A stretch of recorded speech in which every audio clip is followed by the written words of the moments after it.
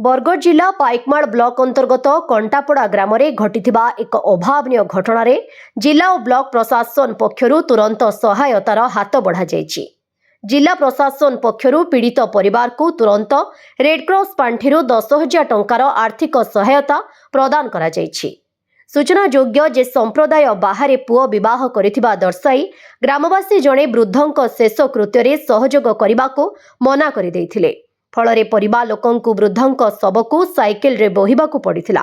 एही संवेदनशील खबर सामना को आसिबा परे प्रशासनिक स्तर रे तत्परता प्रकाश पाइछि।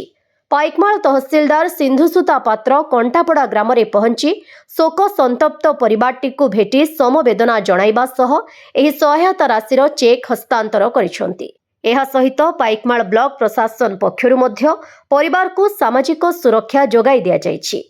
हरिश्चंद्र योजना माध्यम अंत्येष्टि क्रिया 3,000 टंका एवं ब्लॉक कार्यालय पक्षरु जरूरीकालीन खाद्य सहायता स्वरूप 50 किलोग्राम चाउल मध्य परिवार संपर्कियों को भेटी प्रदान करा जायछि। ब्यूरो रिपोर्ट विकल्प समाचार। आम चैनल को लाइक शेयर एवं सब्सक्राइब करंतु।